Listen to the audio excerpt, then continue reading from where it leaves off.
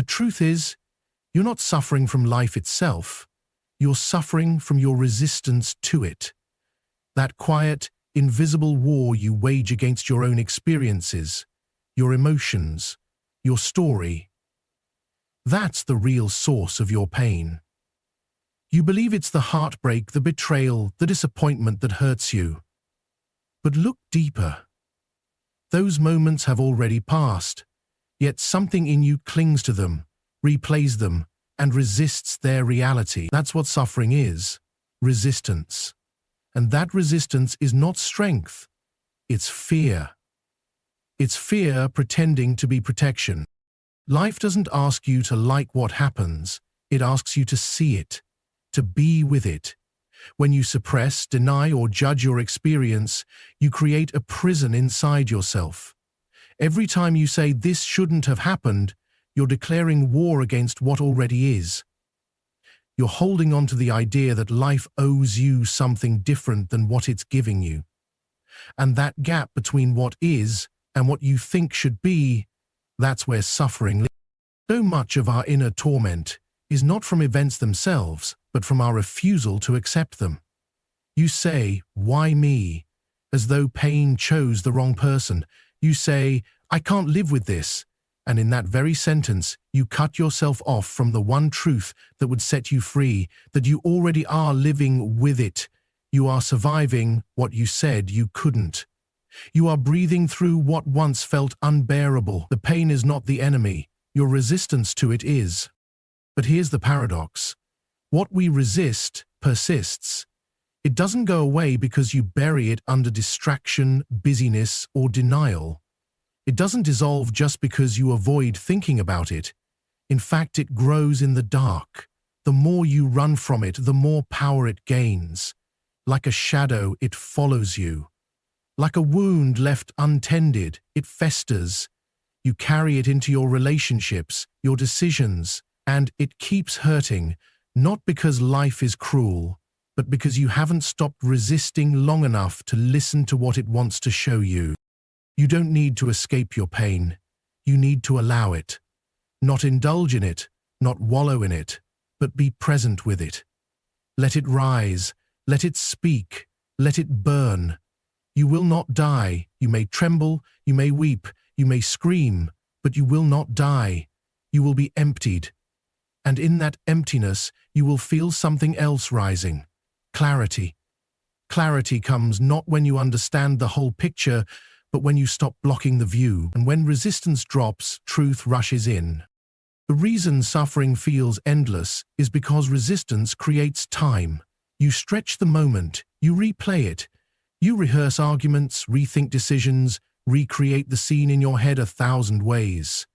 You live in a loop of what if and why not, and all that does is separate you from the now. But right here, in this moment, suffering cannot survive. Pain can exist, yes, but suffering only needs time and thought. Strip that away, and what remains is just experience, raw, real, and completely survivable. There is a strange power in allowing things to hurt. When you stop flinching away from discomfort, you begin to reclaim your life. Because now life can reach you. The pain you allow becomes the pain you process. And once it's processed, it loses its grip. It stops being a threat. You stop tiptoeing around your own heart. You stop being a hostage to your story. You look it in the eyes, and you say, "Yes, this happened, and I am still here." Freedom doesn't mean nothing touches you. It means nothing controls you anymore. It means you can meet pain with open eyes without running. It means you can stand in your truth without being shattered by it. And that begins the very moment you stop resisting. Not tomorrow, not when you're stronger, now, in this moment. Because the moment you stop resisting life, you stop suffering from it. Pain is not your enemy. It is not a punishment, not a mistake, and not a sign that life has gone wrong. Pain is a portal. It is a passage through which you are meant to awaken, to grow, to become more conscious of what is truly happening within you. But instead of walking through that portal, most people do everything they can to close it. They numb it, they deny it, they try to outthink it or run faster than it. But pain doesn't go away just because you pretend it's not there. It waits. It waits patiently for you to notice it, not to destroy you, but to teach you. The reason pain feels like suffering is because we were never taught how to be with it. We were taught to fix things, to solve problems, to avoid discomfort at all costs. But pain isn't a problem. It's a signal. It's the soul's way of saying, something here needs your attention. Not your fear, not your control, your attention. And what you give your full, honest attention to begins to change. Because presence transforms everything. Think about the moments in your life when pain cracked you open. The loss you didn't see coming. The relationship that ended without closure. The betrayal that left you questioning your own worth. In those moments, your illusions died. And what is pain, if not the death of an illusion? The illusion that life is always fair. The illusion that love guarantees safety. The illusion that control protects you from heartbreak. When these illusions break, it hurts. But what remains after the breaking is something more honest, more real. That's the gift pain carries. You see, suffering comes when you resist pain or misinterpret its purpose. You start to believe it means you're cursed, unworthy, forgotten by life. But pain isn't proof that something has gone wrong. Often, it's proof that something real is happening. Pain comes to strip away what's false, the masks, the pretenses, the stories you've told yourself to avoid confronting the truth. And what's left when pain is done with you is someone you recognize, not the version of yourself that the world approves of, but the one that is raw, wild, and real. When you treat pain as a punishment, you close your heart to it. But when you treat it as a portal, your heart breaks open, not closed. You begin to feel more, not less. And in feeling more, you come closer to who you really are. Pain doesn't harden you unless you resist it. It softens you when you allow it. It humbles the ego and elevates the soul. But you must be willing to feel what you've spent your whole life avoiding. Most people don't fear pain itself. They fear what it will reveal. They fear that if they let themselves grieve, they'll drown. That if they allow anger, they'll lose control. That if they admit they're hurting, they'll be seen as weak. But you must understand, emotions that are not expressed do not vanish. They store themselves in the body, in the nervous system, in your very energy. They become patterns, projections, even illness. And all the while, the original pain is simply waiting for you to walk through it, instead of away from it. Pain demands presence, not panic. It doesn't want you to analyze it to death. It wants you to sit still, to breathe, to notice what part of you is aching to be seen. And when you meet pain with that kind of presence, you begin to see it not as an enemy, but as a sacred invitation. It invites you to end the performance, to drop the act, to finally feel your way back home. Do not confuse feeling pain with being broken. The opposite is true. When you feel deeply, you are coming alive. You are thawing. You are remembering what it means to be fully human. Pain is not the end of you. It's the beginning of something that was long buried. It's the opening of a doorway that leads you closer to your truth. Not a comfortable truth, but a liberating one. If you trust it, pain will not leave you bitter. It will leave you wise. It will carve into you the space you need to hold more love, more depth, more life. So stop resisting it. Walk through it, and on the other side, you will find not just relief, you will find yourself. The voice in your head is not who you are. It's strange to hear that at first, isn't it? Because for most of your life you've believed that voice is you. The one that overthinks every decision, the one that replays that conversation from yesterday, the one that whispers doubts at night and demands control in the morning. But let me tell you something radical. That voice is not your essence. It is a survival mechanism, a collection of thoughts, stories, fears, and past conditioning. You are not the voice. You are the one listening to it. Suffering begins when you forget this distinction, when you lose yourself inside the noise, when the mind says, "I'm not good enough," and you believe it without question, when it says, "This will never change," and you agree, when it shows you memories of failure or visions of disaster and you take them as prophecy rather than projection.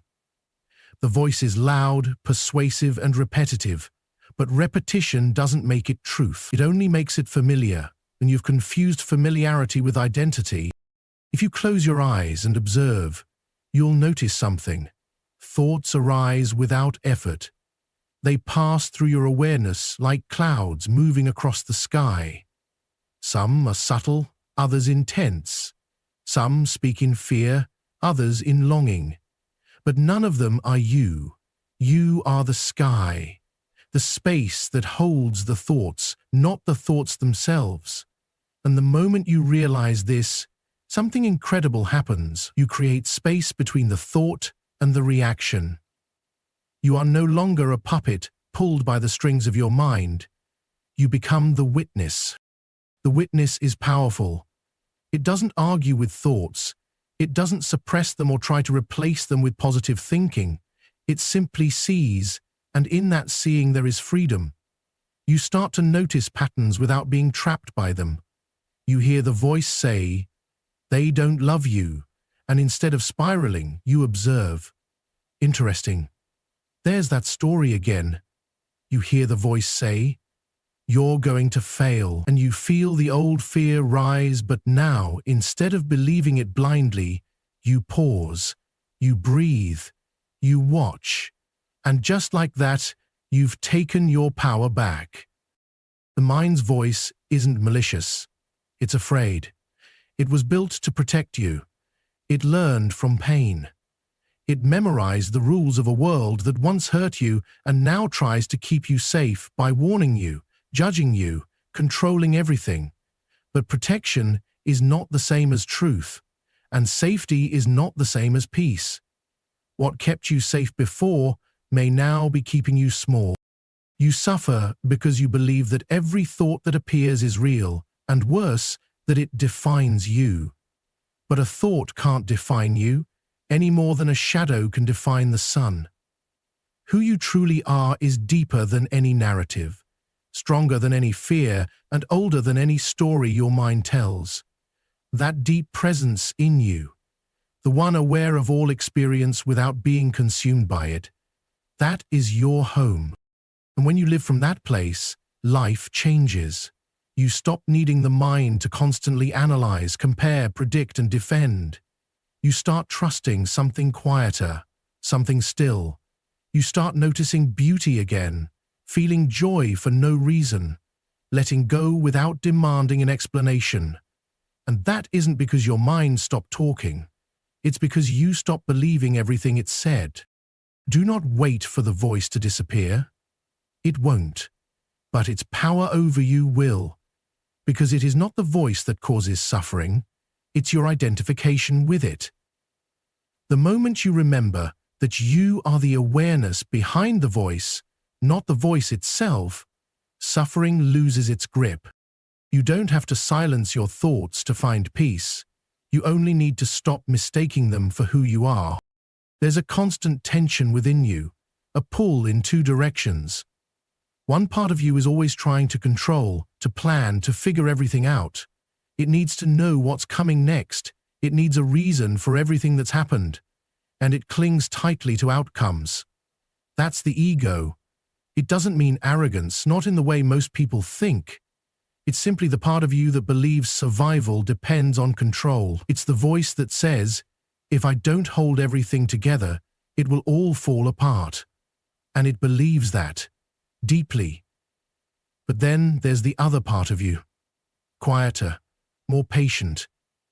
It's the part that doesn't speak through fear, but through stillness. That's your soul. The ego wants to hold the steering wheel, always. It wants to protect you from chaos, from loss, from the unknown. But in doing so, It exhausts you. It makes you carry burdens that aren't yours. It convinces you that life is a battlefield, and your safety depends on staying ahead, staying sharp, staying in control. But control is an illusion. Life has never truly been in your hands, not the way you think, and the more tightly you try to grasp it, the more you suffer. Control is fear dressed up as strategy. It says, "I'll be okay if everything goes according to plan." But how often has life actually followed your plan? And yet here you are, breathing, growing, still standing. That should tell you something. You don't need control to survive. You need surrender. Not surrender in the sense of giving up, but in the deeper sense of letting go of the need to control what you never truly could. Surrender is the language of the soul. It doesn't resist life, it joins with it. It doesn't demand explanations, it trusts the unfolding. It says, even this has a place. Even this is shaping me. And when you live from that space, everything begins to soften. Your anxiety eases, your heart opens, your suffering lightens. Not because life becomes perfect, but because you're no longer trying to force it into your image of perfection. What the ego sees as weakness, the soul sees as strength. To surrender is not to collapse, but to rise with grace. It means you stop fighting the current and allow yourself to flow with it. Not because the current is easy, but because it's honest. And honesty with life is the beginning of freedom. There are things you've carried for years. Pain, guilt, anger, expectations. You've told yourself that if you just try harder, if you just figure it all out, then it will go away, but some things aren't meant to be solved. They're meant to be seen, felt, and then released. The ego won't do that. It clings, it fixates, but the soul knows how to release. It doesn't need to be right, it doesn't need to win, it only needs to be real. So much of your suffering comes from trying to manage what cannot be managed. Other people's choices, the outcomes of your efforts, the timing of your healing. You try to orchestrate every detail, believing that only then will you feel peace. But peace doesn't come from control. It comes from trust. And trust only grows in the soil of surrender. There is a deeper intelligence at work in your life, and it is not concerned with your comfort. It is concerned with your growth. It leads you not to the easiest path, but to the one that awakens you. The ego will resist that path. It will scream and kick and demand detours, but the soul will recognize it. It will whisper, "This is the way," even when it hurts, especially when it hurts. Let yourself listen to that whisper. Let yourself loosen your grip. You are not here to master control. You are here to master presence. And presence cannot exist where control dominates.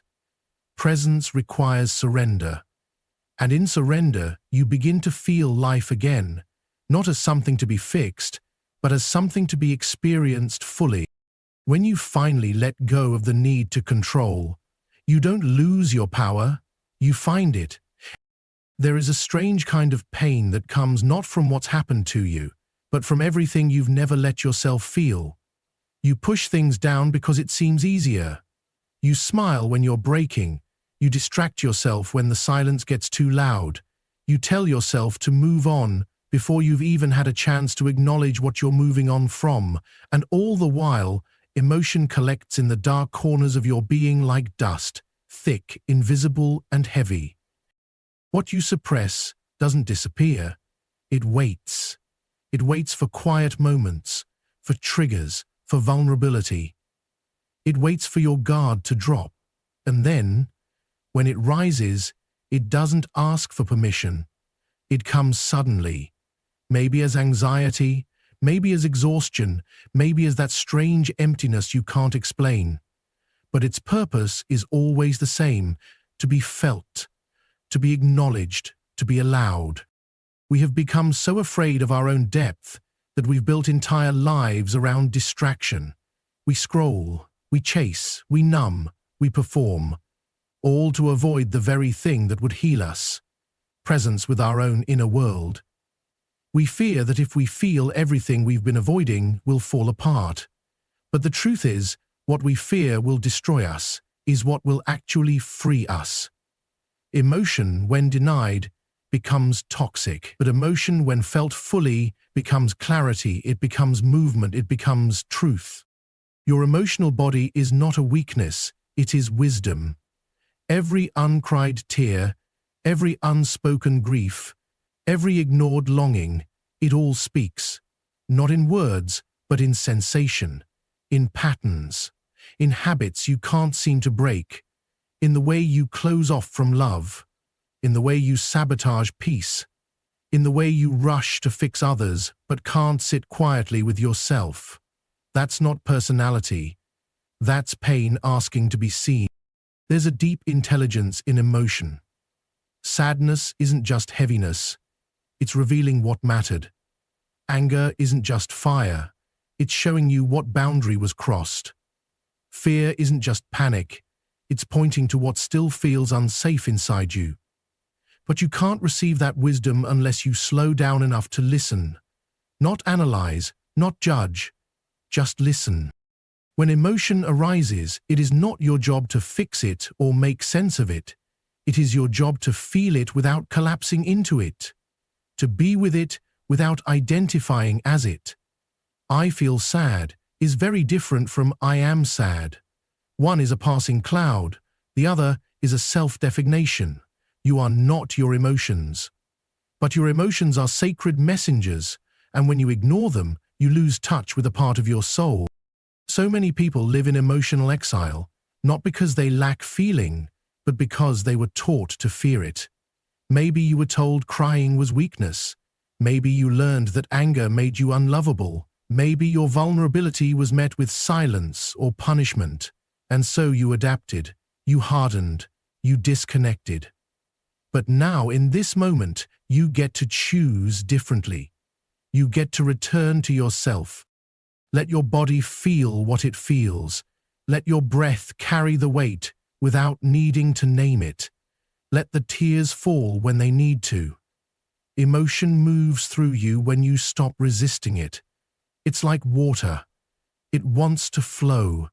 And when you let it, it cleanses you. It purifies your perception. It removes the fog. It makes room for something new. You don't need to figure it all out. You don't need to solve yourself like a puzzle. You need to feel. You need to grieve. You need to make space for the parts of you that have never had a voice. Healing doesn't happen through force. It happens through honesty. And emotional honesty is not about performing pain. It's about meeting yourself in silence and saying, I see you. I'm not going to run from you anymore. And when you do that, when you give yourself permission to feel, you begin to unfreeze. You begin to breathe in a way you haven't in years. You begin to relate to life not through numbness or fear, but through presence. And that's where true healing begins, not with answers, but with your willingness to feel. Feel it fully, and it will finally let you go. Most people spend their lives waiting for the right moment, waiting for the fear to go away, waiting to feel ready, worthy, healed, understood. They carry within them the illusion that someday, when everything aligns, when they have more clarity, when they feel less broken, then they will act. But the truth is, there is no perfect moment. There is no version of the future that arrives gift-wrapped with certainty. Life does not wait. And your soul? It doesn't want to wait either. It wants to live now. It wants to be expressed now. And everything that keeps you from that is simply fear in disguise. We romanticize transformation. We think it begins with a grand realization, with all the pain behind us and a clear road ahead. But transformation usually begins in the middle of the mess, with your heart still uncertain, with your hands still trembling. It begins when you decide to stop betraying yourself. even if you don't know exactly who you're becoming yet. It begins when you choose presence over perfection, action over avoidance, courage over comfort. There's a part of you that already knows what you're here to do, not in some grand external sense, but in the deeper, quieter way.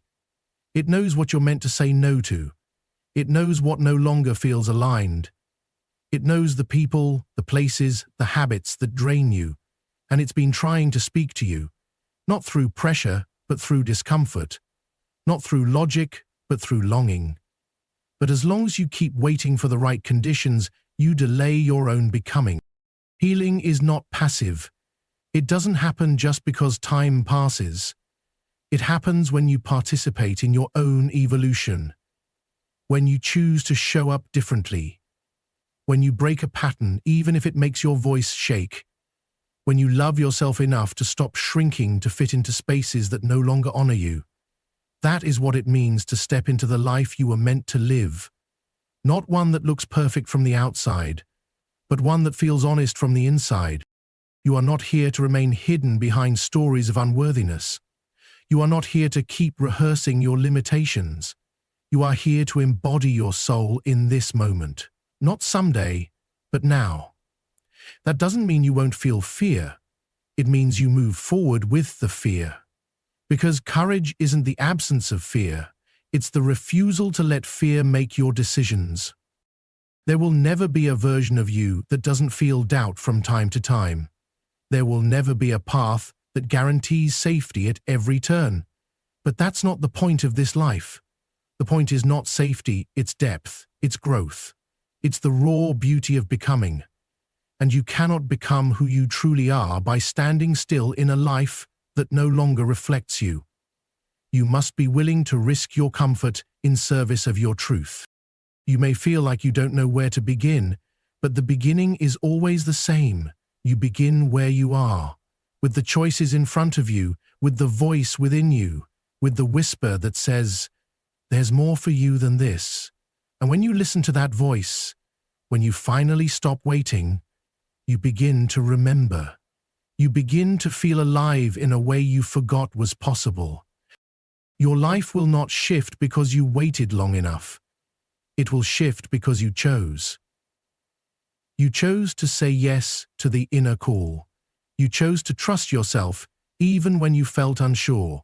You chose to open your heart even after it had been hurt. That is the power you hold, not to control the outcome, but to say yes to the process, to your evolution, to your aliveness. Do not wait for permission. Do not wait for proof. Do not wait until the fear is gone, because if you're always waiting, life will pass by untouched. And the only thing worse than failing is never having lived at all. Your time is not later, it's now. And if something within you stirred during these moments, if even one sentence echoed something you've always known deep down, then don't keep it to yourself. Share this with someone who needs to remember who they are. Subscribe so you never miss what your soul has been waiting to hear. Let's keep growing together. Your healing isn't in the future. It begins the moment you decide to feel, to let go, to listen, and to act. So breathe deep, take the first step, and when you're ready for more, watch the next video. Because your journey doesn't end here. It's only just begun.